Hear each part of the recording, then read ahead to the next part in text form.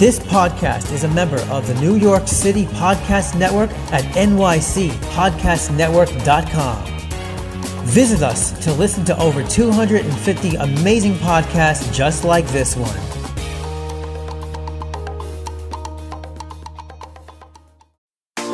Japanese street style is some of the cutest and trendiest clothing in the world.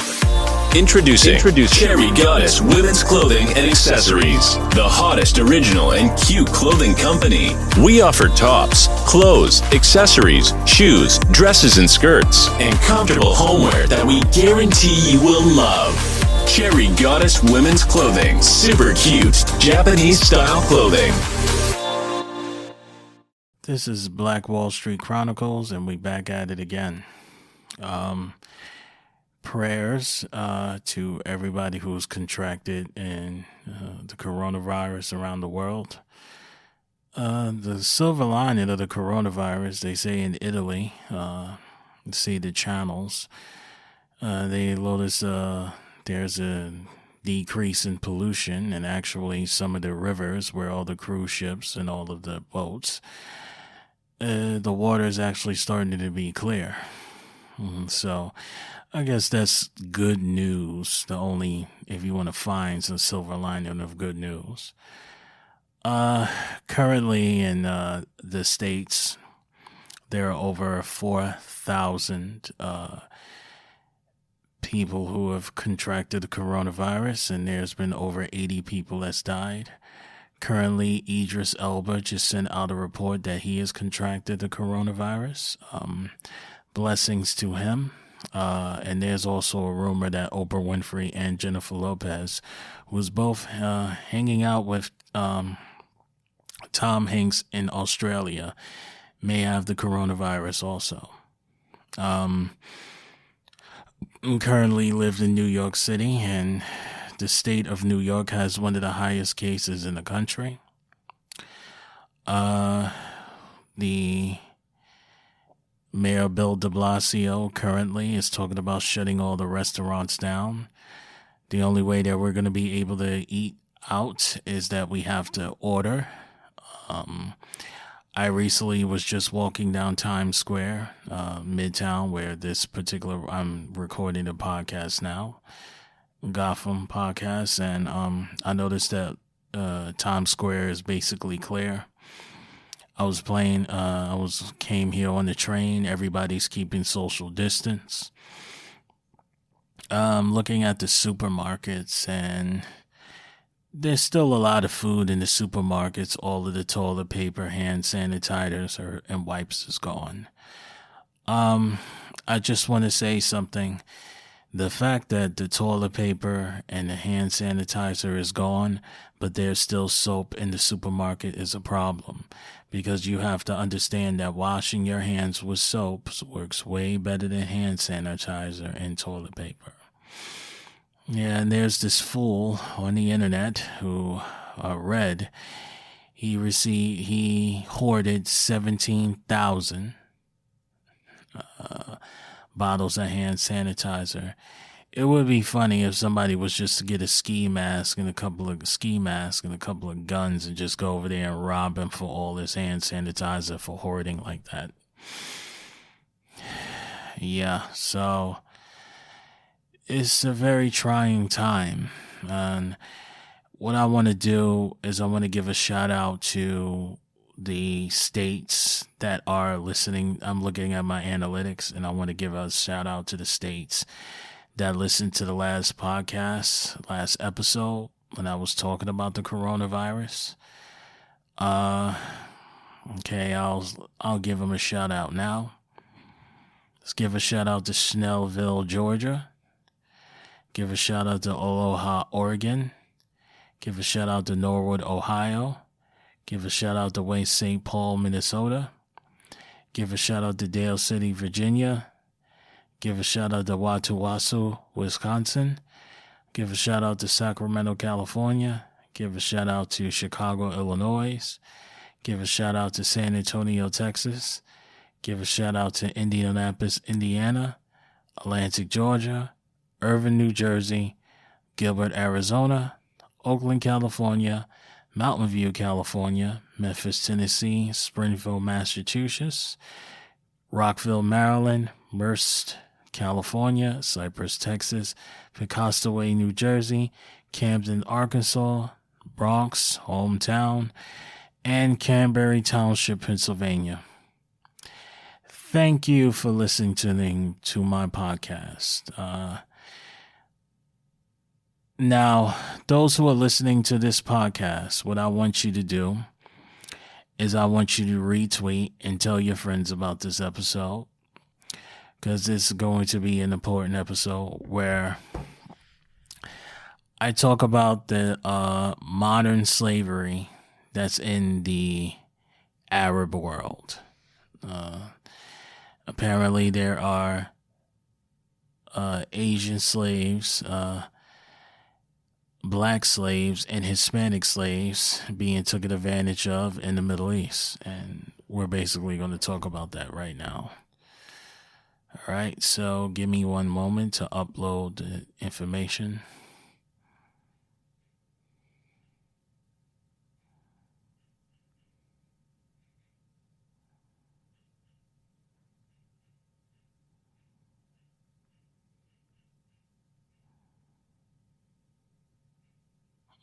Give me 1 second.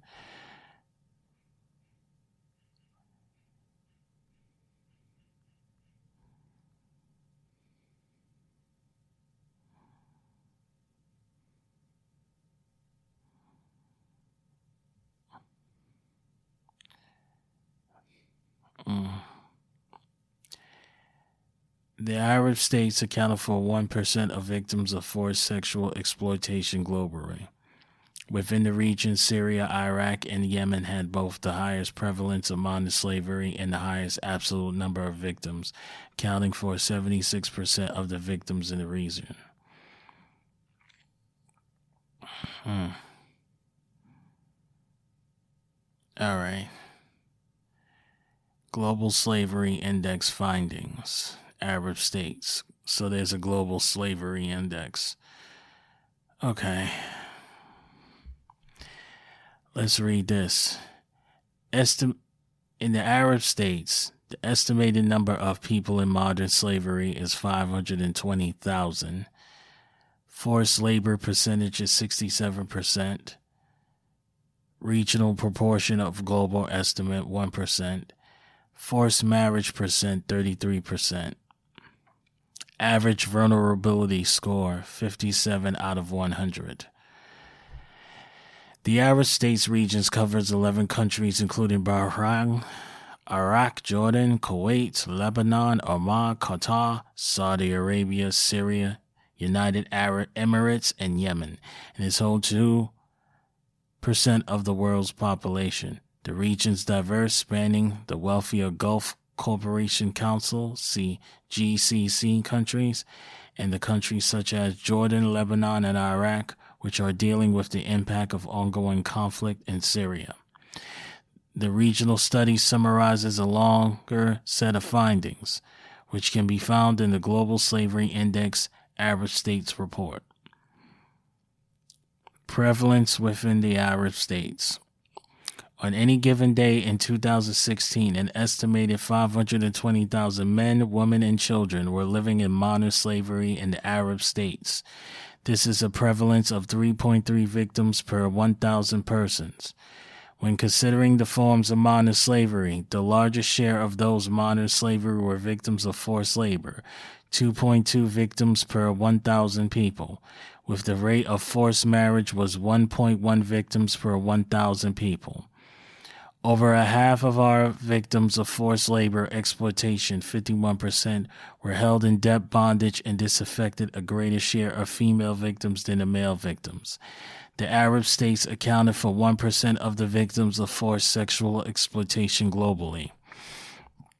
Within the region, Syria, Iraq, and Yemen had the highest prevalence of modern slavery and the highest absolute number of victims, accounting for 76% of the victims in the region. These regional figures, while important, should be interpreted cautiously given the gaps and limitations of data in this region. Only 2 national surveys were conducted in the Arab states region, Lebanon and Jordan, both conducted in Arabic, and none were concluded in the Gulf Cooperation Council, GCC states, despite being the incidence of forced labor reported by various sources in such sectors as domestic work and construction in the GCC countries. The regional estimates for the Arab states were therefore built mainly for respondents who were interviewed in their country of residence and reported about their forced labor situation while working in that region. Further, measurement of forced marriage among residents of countries within the region is particularly problematic, where there are no surveys. Taken together, these gaps points to the likelihood of a significant underestimation of the extent of modern slavery in this region. Similarly, it is typically not possible to survey countries that are experiencing profound and current conflict, such as Syria, Iraq, and Yemen. Data from these states are likely to understand the problem. Okay, estimate prevalence of modern slavery by country, Arab states. The Rake 1, Syrian Arab Republic, 7.3. Second is Iraq, 4.8. Third is Yemen, 3.1. The fourth is Oman, 2.1. The fifth is Saudi Arabia, 1.9. The sixth one is Bahrain, which is 1.9. The seventh one is Jordan, which is 1.8. The eighth one is Lebanon, 1.7. Ninth one is the United Arab Emirates, which is 1.7. The 10th is Qatar, which is 1.5. And the 11th is Kuwait, 1.5. Substantial gaps in data exist for the Arab states regions of Gulf countries in particular. These gaps point to a significant underestimate of the extent of modern slavery in this region. As a result, the country-level estimates presented here are considered very conservative and could be interpreted cautiously. Okay. Vulnerability within the Arab states. Figure 1. Regional average vulnerability scores by dimension Arab states. Let's see. Government issues, 60.8%. Lack of basic needs, 24.6%. Inequality, 41.7%. Disenfranchised groups, 33.4%. Effects of conflict, 40.0%. Overall weighted average, 57.2%. A regional analysis of our vulnerability measures suggest higher risk of modern slavery in the Arab states than is evident in the prevalence data, which the Arab states rating as the second most vulnerable region, 57%. The Arab states regions perform relatively well on the nourishment and access dimension of the vulnerability model, but relatively poorly on the governance and the effects of conflict dimensions. The regional score in the conflict dimensions hides diversity within the region, with some countries such as Yemen, Syria, and Iraq scoring much higher on this dimension than other countries in the region. The regional average on measures of inequality points to slightly higher vulnerability than the global average on this dimension, 41% of 38%. And again, there is a great deal of a diversity within the region, with scores ranging from a low of 25% in United Arab Emirates to a high of 65% in Iraq. Across those dimensions of vulnerability, the highest score was found in Syria, 92%.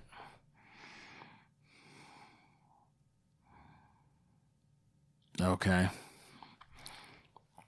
Here's what we're going to do. We're going to find out the types of people who are victims of slavery in the Arab states. Hold on for a second.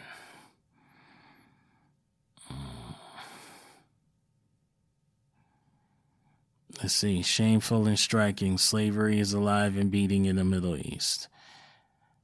This is by Al-Babawa News. Shameful and striking. Slavery is alive and beating in the Middle East. In modern imagination, slavery is often thought as an evil of the past and a period we will read about in the history books, an epoch where horrors we relive watching the movies like Lincoln and 12 Years a Slave. If only that were true, not in the Middle East. The reality is that the scourge of slavery is alive and omnipresent in the modern world. According to the report released by the Walk Free Foundation last week, as many as 29.8 million people are the victims of slavery globally. These are people who are held in bond and labor, are victims of human trafficking, or are forced in child marriage. With over 150,000 states, Mutarana ranks the first globally as the country with the largest slave population. In other hotspots of the MENA region, Sudan, Libya, Saudi Arabia, Jordan, and the United Arab Emirates were scarlet lettered out as the countries that had the most enormous honor of hosting the most number of slaves. The MENA region recorded the highest number of cases of discrimination against women. In addition, the report said a large number of migrants are forced into bonded labor every year in the region. However, statistics do not convey the seriousness of the problem any more than watching a boxing match on TV conveys the force of a Mike Tyson punch. Truth is that slaves are everywhere. They are in our neighborhoods, cleaning homes, building stadiums, and in our cities, and making good that we use on a daily basis. Writers like Umayya El-Khamas have exposed the plight of Asian and African maids in Saudi Arabia, illuminating the everyday stories of the higher help being held captive for decades, like the case of the Sri Lankan maid who was rescued after 17 years of being held without play or ability to speak with her family. Slave maids have gone so far as contemplating and following through with suicide, such as the case of the Ethiopian maid who electrocuted herself in a bathtub. The dreadful conditions in KSA has pushed scholars like Madawi al-Rashid of King's College, London, to call publicly for the reform application of the kingdom's laws, both to citizens and non-citizens. As Qatar prepares to host the 2022 World Cup, reports have surfaced that at least one worker dies every day during the construction of the stadiums. According to the report in The Guardian, more than half the deaths occur due to heart attacks, heart failure, and on-site accidents. Workers have not been compensating for their work, and many of them have had their passports confiscated. Some of these workers have been denied access to free drinking water. Wow. In Jordan, child labor is rife with some 30,000 children working, mainly in shops, cafes, and restaurants. Recently, reports surfaced of a Syrian 13-year-old Mohammed who, instead of going to school, stands at the traffic lights of Amman hawking items for a living. Okay, it's a very deep article. Let's see if we can find more information about blacks and Asian people's victims of slavery. Excuse me. I'm very tired. Let's look at the Jerusalem Post. This is an article from the Jerusalem Post. Article's title is Slavery and Disposition in the Modern Middle East.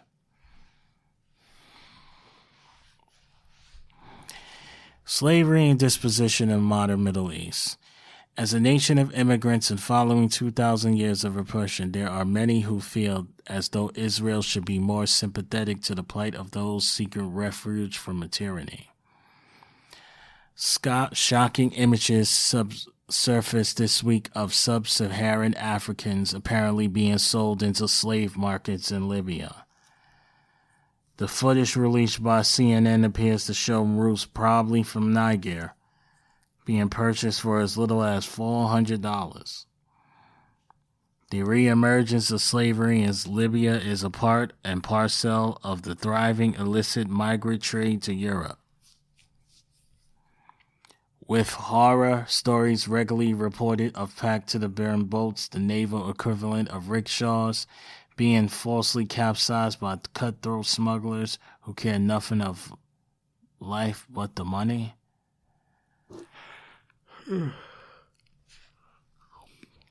According to the International Organization for Migration, 2016 was the deadliest year ever for migrants attempting to reach Europe, with more than 5,000 fatalities. Another 3,000 people lost their lives so far in 2017. Earlier this month, the German newspaper Der Spiegel, can't pronounce his name word for shit, Der Spiegel, whatever, produced the names of the 33,000 migrants who have died trying to teach the European mainland since 1993. The migrant crisis entered mainstream consciousness when, in September 2015, image of 3-year-old Syrian Alan Kurd lying face down on the beach after being drowned at sea made by global headlines. Already, Europe was facing a major influx primarily via North Africa from Syria, Iraq, and Afghanistan, and among other countries. The root cause of the displacement is the ongoing hemorrhaging of the Middle East and North Africa, which has left entire populations completely destitute aside from the dim hope of reaching pastures not drenched in blood. The mass movement to Libya of Africans seeking to reach Europe has left millions of individuals at the mercies of smugglers, who in many cases hold people for ransom. In April 10th, Chief Libya Ahmed Besbi provided an overview of the system. Apparently, the migrants don't have any money to reach Europe and their families, cannot pay for the ransom when they are kidnapped, so they are being sold by the smugglers who at least minimum benefit for that, he said. Mohammed Abdeldiker, IOM's head of emergencies, elaborated. These latest reports of slave markets can be added to a long list of outrage. The situation is dire. The more IOM engages inside of Libya, the more we learn that it is a veil of tears for all too many migrants.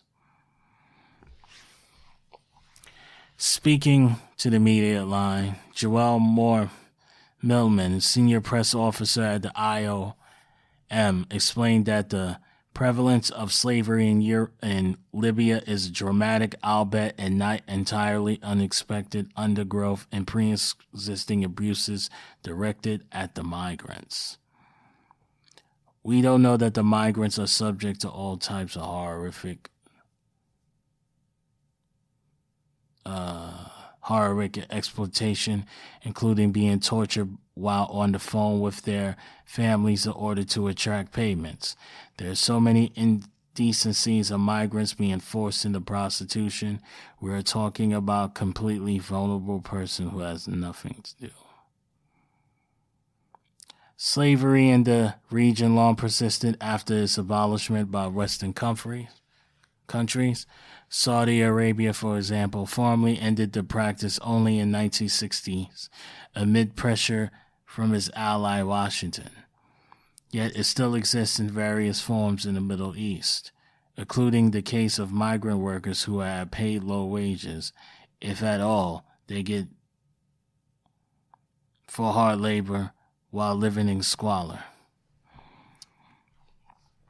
It is true in Saudi Arabia, which is notorious for slave maids, and notably in Qatar, which is the glowing death toll among workers imported to construct World Cup venues have caused humanitarian organizations to call on football's governing body to move the games elsewhere.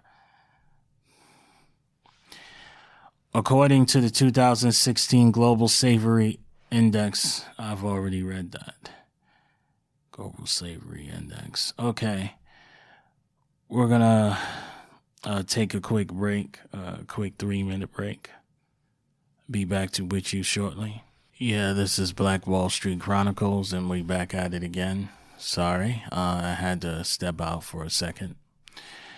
Yeah, so here's what I'm going to do. I'm going to read the Wikipedia article about human trafficking in the Middle East.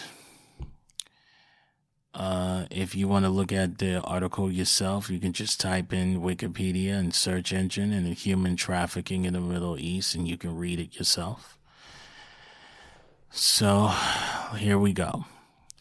The trafficking of persons is the fastest growing and most profitable criminal activity after the drugs and arms trafficking.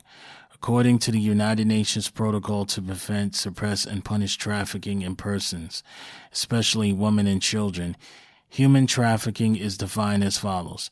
Trafficking in persons shall mean the recruitment, transportation, transfer, and harboring or the receipt of persons by the means of threat or use of force or any other forms of coercion, of adoption, fraud, of deception, of abuse of power, or of a position of vulnerability, or of the giving or receiving of payments or benefits to achieve the consent for a person having control over another person, for the purpose of exploitation. Exploitation shall include, at a minimum, the exploitation of prostitution or all the other forms of sexual exploitation, forced labors and services, slavery or practice similar to slavery, servitude, or the removal of organs. Prevalence. According to Kapstein in the Journal of Foreign Affairs, the industrial states have failed to put in much effort to alleviate the issue. He believes that the problem is not one of political capability, but of political will. A challenge in combating human trafficking in Middle Eastern countries is that the governments deny that there's a problem. The lack of political will is particularly the result of empty threats for the international community, but most of it can be attributed to the deeper economic forces and sociological factors at play. In her article in Global Ties, Stephanie Doe states that sex trafficking is a sensitive topic in the Middle East for various reasons. On one level, it suggests moral corruption, which implies that the waning influence of Islamic values in society. On a more significant level in most Middle Eastern countries, because the governments are responsible for preserving tradition and upholding Islamic authority, it challenges their ability to retain a nation unified by Islam. Consequently, if the government was to acknowledge sex trafficking as a problem, it could be interpreted as alluding to the state's diminishing problem. It is difficult to quantify how large the problem of human trafficking is because trafficked persons are usually kept out of sight and in inaccessible locations. Human trafficking is an underground activity, and the victims are referred as the hidden population. The profits from the industry often go through a process of money laundering, making it difficult to trace the activities of traffickers. Girls and women who are sexually exploited by rape, forced prostitution, or sexual slavery are tainted with social stigmas for the rest of their lives. The link to sexual immorality further exacerbates this stigma. Once the link is created, the damage of the woman's reputation can never be undone.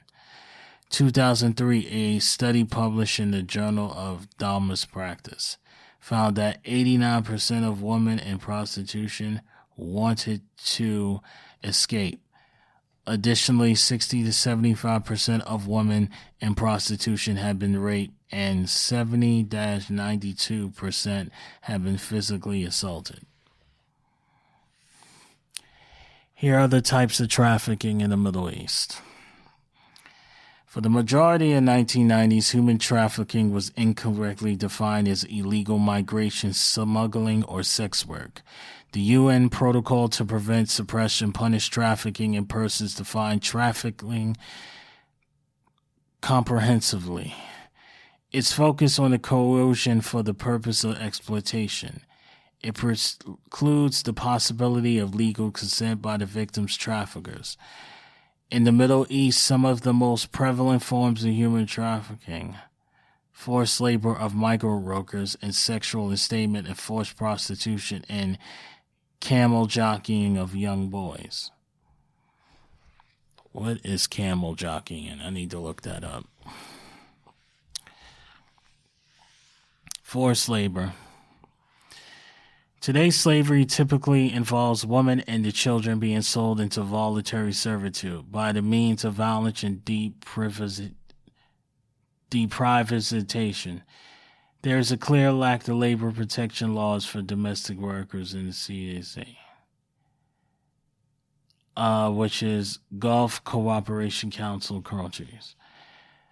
The international community recognizes the trafficking of women and its children as a result from modern form of slavery. Many migrant people, many from Asian states, are tricked into coming to the Middle East, where they find themselves in a forced labor situation or worker for very low wages. Traffickers trap their victims by coercion, force, or fraud. The forced labor of migrant workers is especially prevalent in the oil-rich Persian Gulf states of Kuwait, Oman, Qatar, and the United Arab Emirates. The workers are frequently held to pay off the debt which they have accumulated from the cost of travel and housing. Trafficking from South Africa to the Middle East is a serious problem, with about 200,000 persons trafficking over 20 years and over 300,400 children over the last 10 years. The International Labor Organization estimates the minimum number of persons in forced labor in the Middle East and North Africa is around 230,000 people. Let's talk about sexual enslavement. That's the next part. Most commonly, but not exclusively, human trafficking is exploitation in the form of prostitution or sexual enslavement. State authorities have typically confused sex trafficking with prostitution. Some young, impoverished women are attracted to the sex industry because it appears to offer quick and easy money. Traffickers often use desperate young women with the promise of a better paying job or higher education into a destination country, where their documentations and passports are forcibly taken from them as soon as they arrive. These women also find themselves in slave-like situations. Once trafficking into the sex industry, traffickers control the woman through physical and psychological means. Prostitution in the Middle East is strictly illegal, along with all sexual activity outside lawful marriage. The religious outlawing consensually further boisters the religious outlawing of extramarital sex reinforces this trade and consequently further boosts the demand for prostitution. The issue is exacerbated by the lack of legislative actions taken by states to control prostitution and sex trafficking. Okay. Oh, so they do have an article about camel jockeying. All right, I'm going to find out what it is.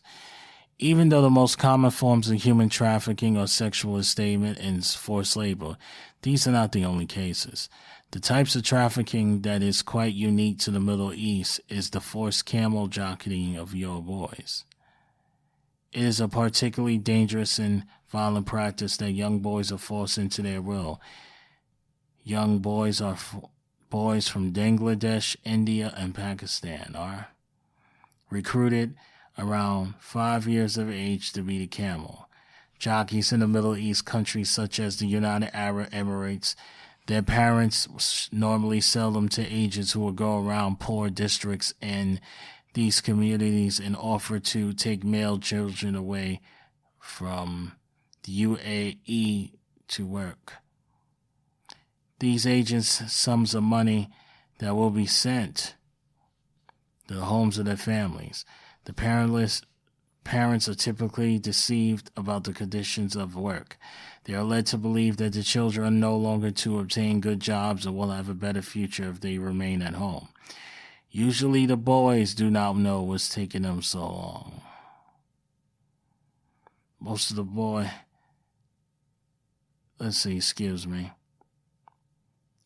These parents are typically deceived about the conditions of work. They are led to believe that the children are going to obtain good jobs and receive and will have a better future than if they remain at home. So usually the boys do not know who's taking them abroad or for what purpose. Most of the boys are not aware that they will become camel jockeys against their will. They will arrive in UAE, the children. They will arrive in the UAE. The children are transferred to Azbazas, which are camel training complexes in the desert. These children are subject to several forms of abuse during their stay, including punishments such as a lack of food and electric shots. Lack of food is a common practice because their owners try to maintain the weight less than 20 kg, 44 pounds for racing purposes. Deaths and injuries of children during racing is another major concern. If children accidentally die during the race, they are buried straight away to avoid police investigations of the death. The conditions in the absence are very restricting. Children are not allowed to leave the camel training complex. They will sleep on cardboard boxes, making them very prone to scorpion bites. These children rise at 4 a.m. to begin exercising the camels, and every day they take the camels for rides until 11 a.m. Then they are allowed to rest for 2 hours before feeding and cleaning the camels.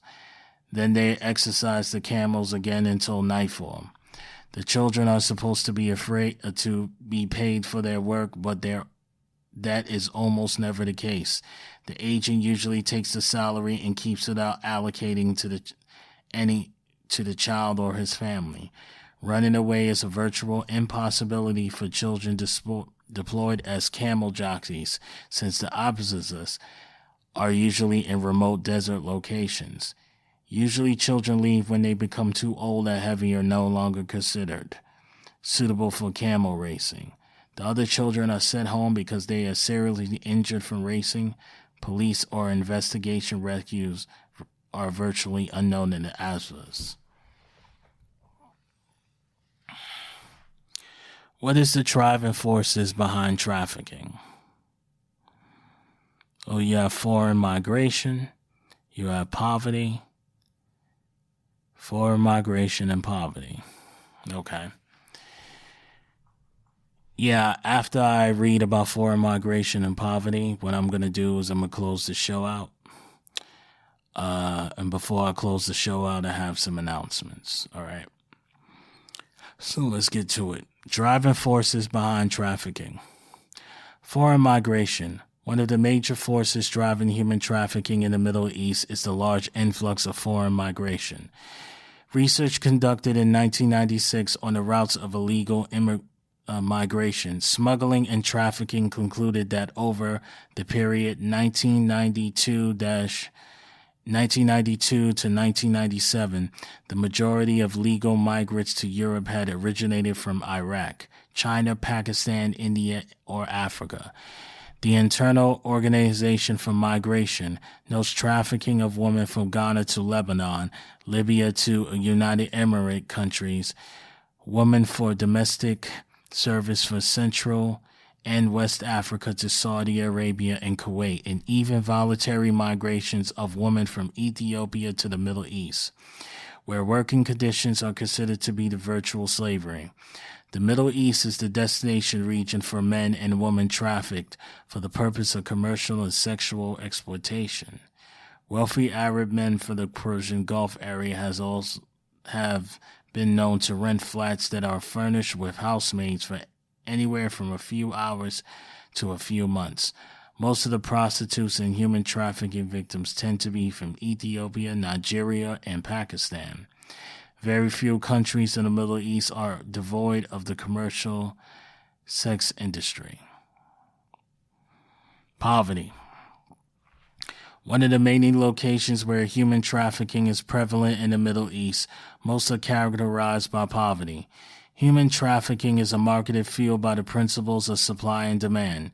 Therefore, where there is poverty, there is likely a supply to meet the growing demand for sexual entertainment.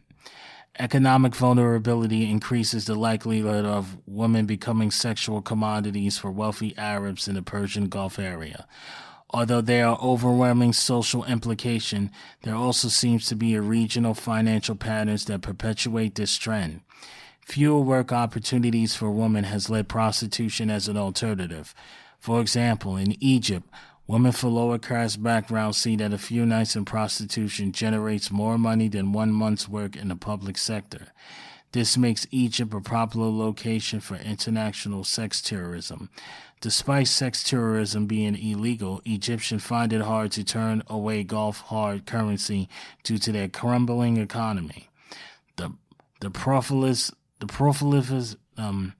proliferation of prostitution, sex tourism, and bizarre marriages can be understood as the consequence of an uneven economic development, further exuberated by the principles of supply and demand. The Persian Gulf nationals have the will and the means to pursue sexual entertainment, and poorer Muslim countries can supply services in return for financial security. All right, guys. So before we close the show out, again, I'm going to give a shout out to all of the individuals who's been listening to the podcast. Thank you for your support. I'm going to name them again one more time. Okay. Shout out to Snellville, Georgia, Aloha, Oregon, Sacramento, California, Chicago, Illinois, San Antonio, Texas, Indianapolis, Indiana, Atlanta, Georgia, Irvington, New Jersey, Gilbert, Arizona, Oakland, California, Mountain View, California, Memphis, Tennessee, Springfield, Massachusetts, Rockville, Maryland, Merced, California, Cypress, Texas, Pecostaway, New Jersey, Wayne St. Paul, Minnesota, Camden, Arkansas, Dale City, Virginia, Bronx, New York, Wahawasu, Wisconsin, Cranberry Township, Pennsylvania, Norwood, Ohio. Now, we're going to do some church announcements. Yeah, so I just want to let everybody know that my Instagram page is, Instagram account is BlackKage840. If you go to my Instagram account on BlackKage840, you will see that I'm a comedian, and right under it, it'll say tap my bio. Once you click the tap my bio, you're going to see other places that you can follow me. All right?